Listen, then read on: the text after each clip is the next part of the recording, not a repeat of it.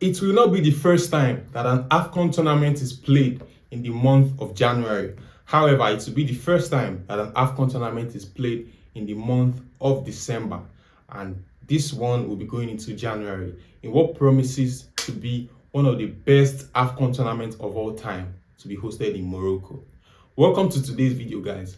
As promised, I'm here to do a preview of the AFCON 2025 Morocco. Now, just as I said in the introduction of my video, Morocco promises that this will be the best AFCON tournament of all time. And I believe so myself, because I'm going to give you the reason why I feel like this is going to be the best AFCON tournament of all time, without a doubt. The timing of this tournament is very important because for people who can afford to go to this AFCON tournament, it's the end of the year. They can take break from work. They can, they can go for AFCON as a vacation and all of that. And then the proximity of Morocco to Europe is going to also help this tournament. At the last AFCON, we saw fans of clubs in Europe who African players play for. Those fans traveled to Cote d'Ivoire to watch the likes of Victor Osimhen, Napoli fans, and Western fans traveled to watch the likes of Mohamed Kudus and all of that. So there will be more of that in Morocco as well. And then obviously we have to talk about the infrastructure. The pitches, the football pitches, the training centers, the hotels, they are second to none. Just as you find anywhere else in the world, Morocco is well and above expectations right now. I even heard that they've spent over 20 million dirhams or Moroccan dirhams or of their currency to build public toilets in the capital Rabat alone. So that's just a few of the reasons why I feel like Morocco has got this on lock. And if you ask me, Cote d'Ivoire AFCON 2023 in Cote d'Ivoire was lovely, was fantastic, was the best AFCON tournament for me. And this is not me even saying it like, when there's about to be a big tournament like the World Cup or AFCON, and the CAF president and FIFA president will go on and say, oh, this is going to be the best ever. That's cliche statement. This is not one of those statements. I genuinely believe that what we saw in Cote d'Ivoire, was brilliant, was spectacular, was wonderful, but it's just going to be the starting point. One of the downsides of the AFCON in Cote d'Ivoire, just like many other AFCONs, was low turnout for games. I think that in Morocco it will be way better. I expect the turnout for all the North African teams to be. I expect the stadium to be filled up for all the matches involving North African teams. And then for the matches involving Sub-Saharan African teams, I expect the attendance to be better than what it used to be generally, because we are used to seeing, more than half empty stadiums at AFCON in matches that do not involve the home teams or countries from the region where the particular AFCON is being played. So I expect that there will be a bigger turnout, unexpectedly bigger turnout for Sub-Saharan African teams. That's teams outside of North Africa.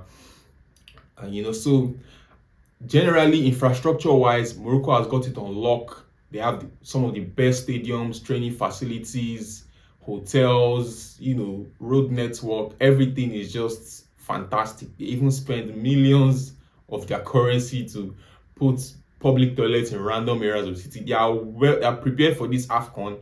And Morocco is kind of using AFCON as a stepping stone, as a preparation for when they are going to co-host the World Cup with Spain and Portugal in 2030. So they are more than ready, and I can guarantee for everybody that will be watching AFCON that this will be the best AFCON you've ever watched, 100%. Now, let's go into some things related to the other teams at AFCON. Now, there's a story coming out from FECAFOOT, that's the Football Federation of Cameroon, headed by the legendary African player Samuel Eto'o. He's having some issues with the Ministry of Sports in Cameroon, who appointed now sacked now ex-Cameroon coach Mark Brice. And apparently there has been 2 squad lists submitted by Cameroon for AFCON, because there is now a new coach that has been appointed by the Cameroon Football Federation, And then the McBreeze apparently was appointed by the sports ministry, and the Cameroon Football Federation did not take a liking to that decision. So there have been a loggerheads ever since the appointment of McBreeze. And then the list submitted by the new coach was very controversial because it omitted current Man United player on loan to, I think, is it Trabzonspor, Andre Onana. Andre Onana, imagine not making the Cameroon squad. And then Vincent Abubakar. It's really crazy that those two players did not make the squad. And then there's even some rumor that Vincent Abubakar was not involved in the squad because Samuel Eto'o did not want him to equal his goal tally for Cameroon, because Vincent Abubakar is nearing the all-time goal record for Cameroon, which is currently held by Samuel Eto'o. I don't know how true that is, but if there's one thing I've noticed from Samuel Eto'o's time as the president of FIFA Foot is that there has been so much controversy, his battles with the sports ministry and all of that. There's not been like a 3 or 4 month period where you don't hear something coming out of FIFA Foot in Cameroon, And yeah, even with Andre Onana, I also heard some rumor that Andre Onana maybe might have some contractual disputes with Samuel Eto'o. And I need to give you guys some backstory to this. Andre Onana came to Europe through Samuel Eto'o's football academy, right? So, or I think it was like a partnership between his academy and Barcelona or something. So I think Samuel Eto'o has some input in Andre Onana's career in terms of like, should I say royalty, sort of, in the way music works. Yeah, you can put like the equivalent of that in football. So I don't know if they have some sort of contract or something like that, but some are even alleging that Samuel Eto'o owes Andre Onana money, so it's just a lot. And these are not just rumors, these are things I'm hearing from very vast inside sources, people that are usually correct. So there's some truth in everything I'm hearing, but I think that FIFA Foot needs to get their act together, and even the sports ministry need to get their acts together. All of this is just hurting Cameroonian football. You cannot have 2 squad lists submitted for AFCON. It doesn't speak well of the Football Federation in Cameroon. And regardless, anyways, CAF is only going to take the list that is submitted by the Football Federation, which means that definitely Andre Onana and Vincent Abubakar are not going to be participating in AFCON. But the fact that this is even coming out of FIFA Foot of Cameroon, that there are 2 squad lists submitted for AFCON, is bonkers already. So Samuel Eto'o, FIFA Foot, they need to all get their act together, because Cameroonian football, Cameroon is one of the giants of African football. They need to succeed. So with all of this, they are not going to go anywhere really. They need to get their act together.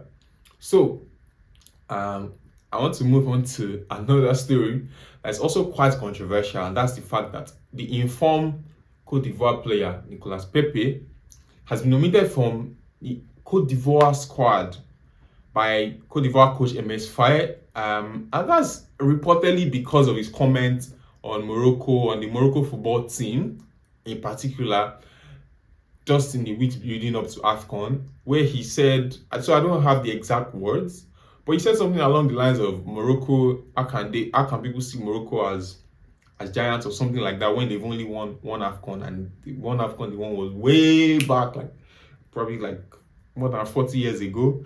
So it didn't go down well with some people, and obviously with Moroccan football fans. There were also some racist comments towards him, which is really, really stupid on their part. It's something that I personally consider the normal banter, but obviously everybody is not going to take things like this in the same way. But when people now go as far as being racist as a response to that, I guess it says what it says. But the thing now is, I disagree with what MS Faye did, and even though the feeling I am getting from the Football Federation in Cote d'Ivoire is that they are trying to avoid a diplomatic issue, and an issue where the Cote d'Ivoire team, the fans in Morocco are going to be hostile towards the Cote d'Ivoire team, especially as current defending champions. You don't want to go into a tournament where the home fans are coming to your games to boo you and to support the opposing team. So I think this decision was made in collaboration with the Football Federation in Cote d'Ivoire, many things were taken into consideration before this decision was made, even though I don't agree with it. But I think it was not just the coach's decision to make. And so they made the decision, they said, probably to avoid a diplomatic issue and just to avoid a hostile environment for Cote d'Ivoire in Morocco. So yeah, that's the big story, that Nicolas Pepe has been omitted from the AFCON squad, and it's definitely not because of his form. It's obviously because of his comments made on Moroccan football and the Moroccan national team. So interestingly, he won't be going to Morocco's play in AFCON. So that's it. So away from that, now let me come home to the Super Eagles. Of course, I have to talk about the green and white boys. And obviously, we missed out on the World Cup qualification, but AFCON 2025 is another chance to redeem ourselves. Before I continue, let me take a water break.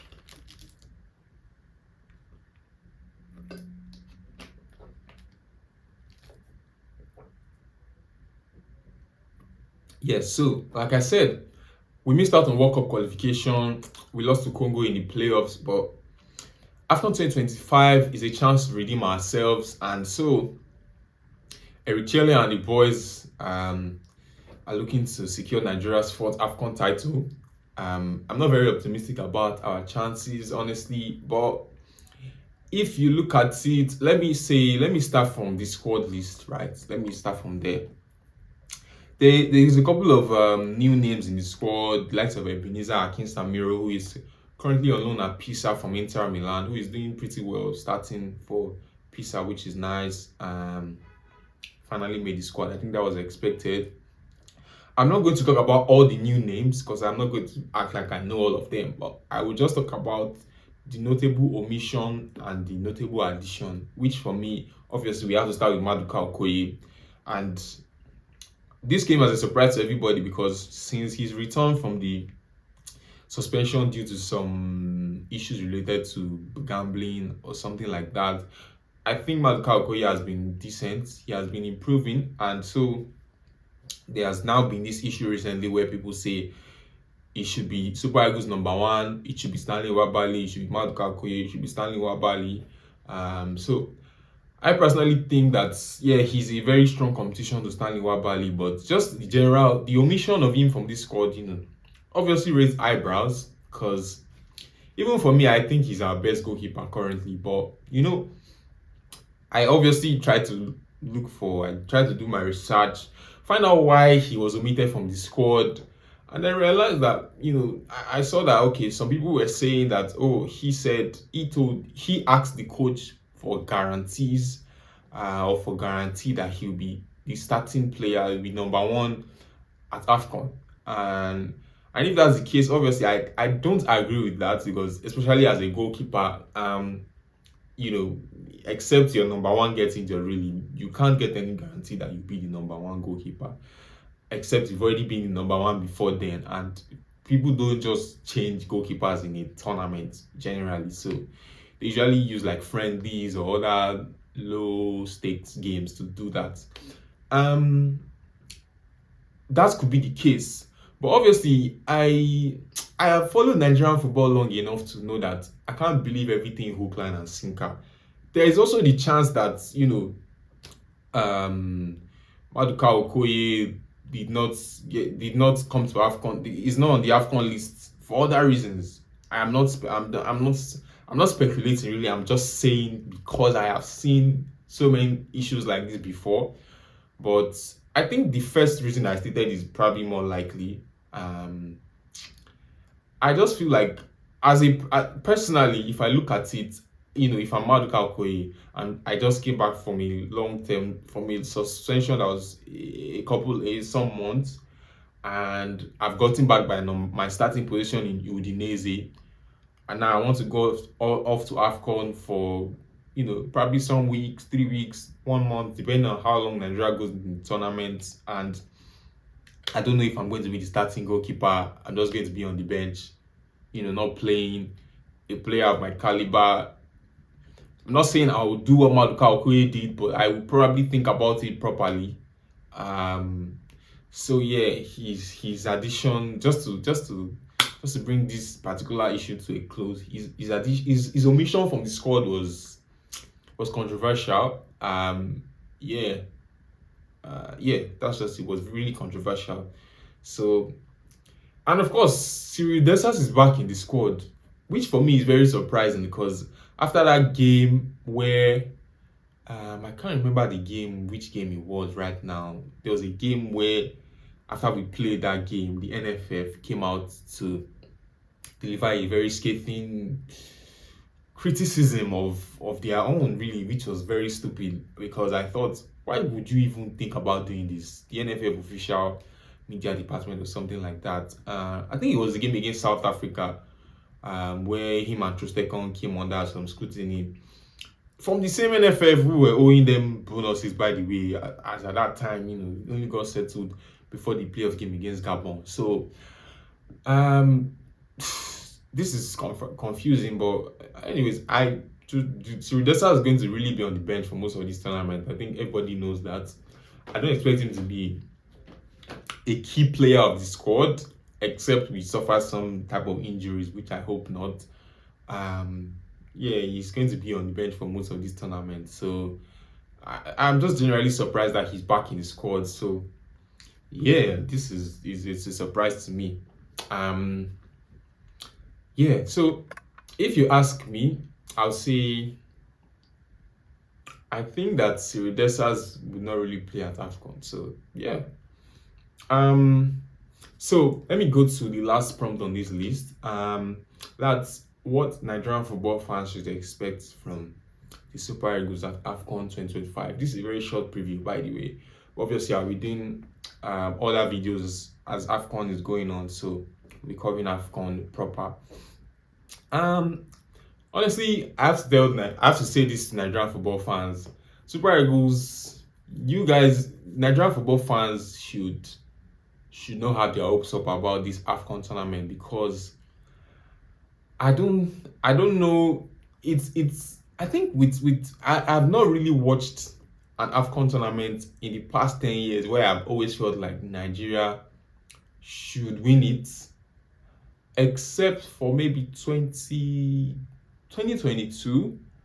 And that was because I thought 2022 and maybe 2019 because we got to the semi-final. 2022 because I thought, okay, we got to the semi-final in 2019. We could go 2 steps better, get to the final and win. But we got knocked out in round of 16. So also AFCON is a tournament that really humbles superstars. So we can have the likes of Osimhen and Lookman, 2 of the last 3 African players of the year, and it doesn't really count for anything.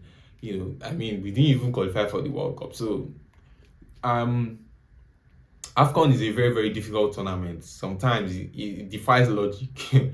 So I think Nigerian football fans should not have their hopes up about this tournament. I don't really know what to expect from Chelle and from the Super Eagles.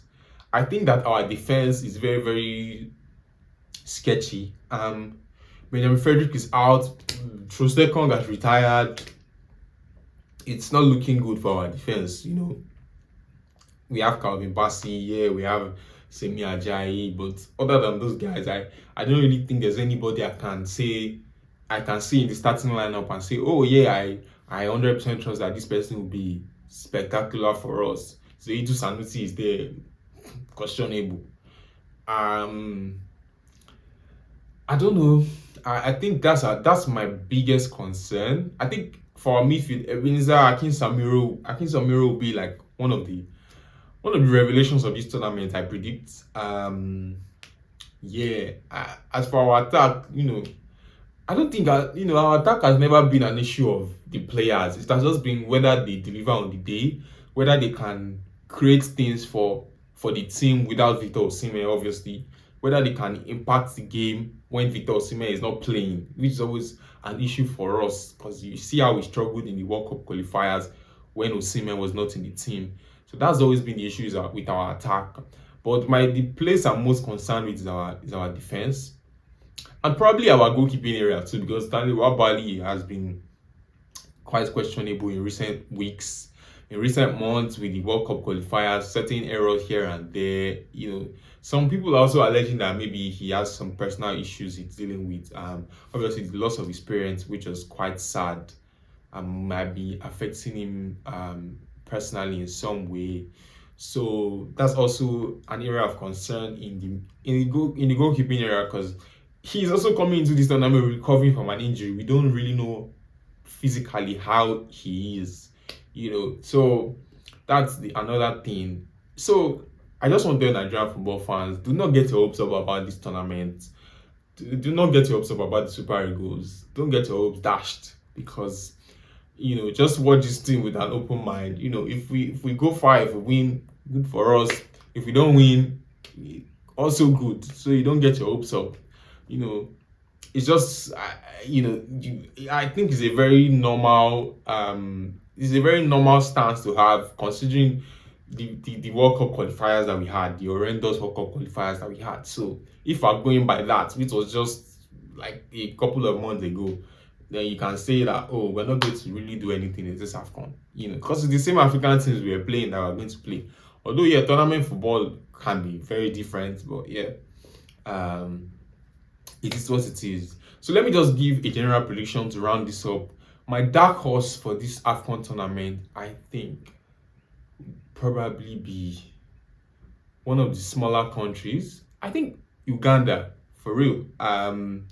I think Uganda and our group are going to do surprises. I watched somebody from Uganda on a show saying that they are going to get the point against Nigeria, and I won't even be surprised if that happens, really. So I just off the top of my head, I think Uganda will make it out of our group, and Uganda will make it far in AFCON. I just have a feeling, really. And they are coached by Paul Potts, who is also really experienced in African football. So yeah. The people who I expect to win, I think Morocco is going to win. I think that the North African teams are going to do very well. I think that in a couple of AFCON tournaments, they have struggled in AFCONs that are played outside of North Africa. But I think Morocco is going to win this AFCON tournament. I think this is like their golden generation, and they are playing at home. And the last AFCON, they didn't do really well, So there's a lot of expectation for Morocco. I think the home fans will really rally behind them.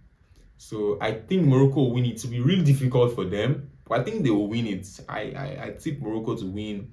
I think North African teams will go really far in this tournament. I am predicting 3 North African teams in the semi-final.